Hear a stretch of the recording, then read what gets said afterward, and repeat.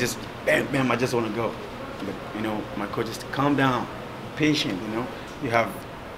You're better than him everywhere. There's no way he can take you that you cannot do better than him. Just take your time, be calm, and it was exactly what I wanted to happen. You set up the shot, or you're yes. planning that?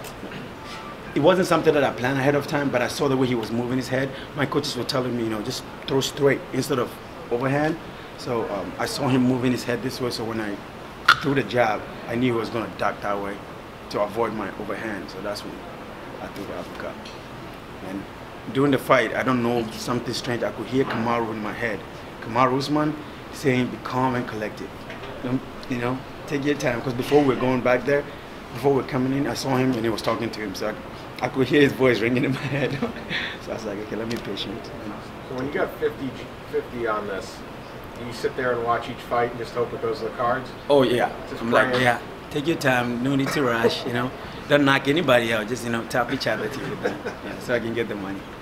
Does this one feel a little better considering what happened? Oh, way better. I'm sure last time you saw me, you were sitting here, I wasn't happy about it, you know, because you know, our kind of job, you want the crowd to kind of accept your win, in a way. When that fight ended, you guys could see the boos, you know, it wasn't good. So I wasn't even happy about that win, you know. It wasn't something that you can boast about. It's like, hey, I won, I can sleep and be happy. I wasn't happy at all, you know. But this one, at least you can be like, yeah, there's no doubt that it was a fluke or something like that, or the referee stopped it quick. So I'm really happy about this one. Mentally, what was it like fighting him, going through all that, and then going back to training camp to fight the same guy again? What was that like? It was kind of, wasn't too exciting, but at the same time, I would never look down on anybody. Doesn't matter who it is. You know, after the fight, I watched the fight. I knew I have, you know, I'm better than him anywhere. You know, but it wasn't very exciting going back and fighting the same person all over again. So we just had to do some few changes and stuff like that, and everything set up to it. What did you shout afterwards? Come again? What did you shout afterwards? Because it seemed like you were anticipating having to land an extra shot. The referee stepped in. I'm sure that someone has an amazing picture of your fists clenched looking down at him. Just, it seemed like you were screaming at him. What yes. Okay. I'm the kind of person I do not like trash talk. I do not like trash talk. I'm always nice. We can beat each other in the ring anyway. There's no reason for you to be trash talking me. When we get in there, trash talk me with your hand. But if you guys watch the weigh-in, he started trash talking me. He started telling me, you know, don't fade on me, you know, don't fade on me. You're fading on me. I'm going to bring it to you. So, you know, I was kind of, yes, I was kind of, I guess your chin didn't keep up for that long. So, yeah, so I was trying to, you know. What did you say back to him at the weigh-in? Because you reached out and offered your hand, but you looked like you said something. Yeah, the only thing I could tell him was bring it on. I got you. Yeah, that's the only thing. I'm not a trash talk. I don't know how to come back when somebody says something. I don't know how to come back and, you know, and then after you go to the back and then you keep thinking a lot of stuff, I'm like, I should have said that to him. I should have said that to him. So yeah, that was what was going through my head. Yeah. The last time I spoke to you was in Stockholm, and of course on that night it didn't go your way. With that being the only loss on your resume, what did you take away from that experience? And obviously now you're back in the win column and it's all fine, but what did you learn from that experience? I noticed that my wrestling wasn't as good as I thought it was, and I need to work on it. It wasn't that I wasn't as good as I thought, but I have a judo background. In my head, if you get on my leg, I can escape anyhow I want. So I had that confidence in my head, and I realized, you know, I didn't transition my judo from just being judo into MMA judo.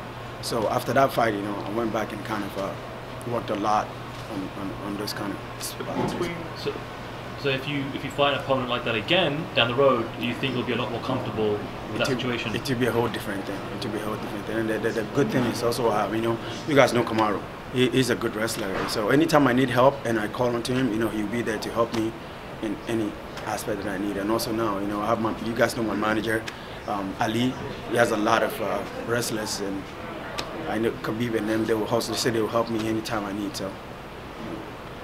Between you and Francis, this has the potential to be a huge night for West African athletes. I mean, do you feel that way? Does it feel like the start of something? Oh yeah, we're coming. And I hope, you know, Francis, you know, I know I want the bonus. You understand? But at the same time, I want something good to happen for my African brother. So I really hope he knocks him out, and you know, we get the first African UFC champion. So, yeah. Do you think that'll build momentum to hopefully hold an event in Africa? There's so many guys, you, Kamaru, Francis, it makes sense, right? Exactly, definitely. We want something to happen in Africa. So we're hoping if after he knocks him out, you know, they can schedule something in Africa. So, you know, it doesn't matter when. Look, right now I want to take a little bit of time because I have some big news coming. But if they tell me, hey, we're going to Africa in like a month or 2 weeks, I'll be like, I'm on board. Let's go. What's your big? Huh? What big news? Me? Oh, I have a kid on the way. Oh, congratulations. Yeah, thank you. Yeah. When's the kid due? In 2 weeks. Wow. Oh, wow. Yes. Yeah. So what's it been like preparing for this fight twice in the last month, knowing that your wife is, you know... Yes, she wasn't happy, but at the same time happy for me at the same time because I was about to fight. But you know, my wife, she has to do a C-section. But because I was coming, she's kind of freaking out that what if it happened before you get home and stuff like that, you know? I'm like, just pray, take your time, you know, God will make everything. Yeah, so just take your time. So. Is it a boy or a girl? It's a girl. So. Why you wanted a boy? I want boys, you know. I want all of us to knock everybody. I want my kids to just be knocking everybody out, you know. A girl, I want to protect her, you know, beat people up, you know. I don't want to do that. I want my son to be beating people up, you know. So what if your daughter tells you when she's 12, 13, hey dad, I want to become an MMA fighter? Go ahead. I'm not going to stop her, right. You know. I'm not going to tell her what to do, but if she tells me she want to do it, go ahead. I just... We're coaching her. Oh yeah. Oh yeah. Yeah.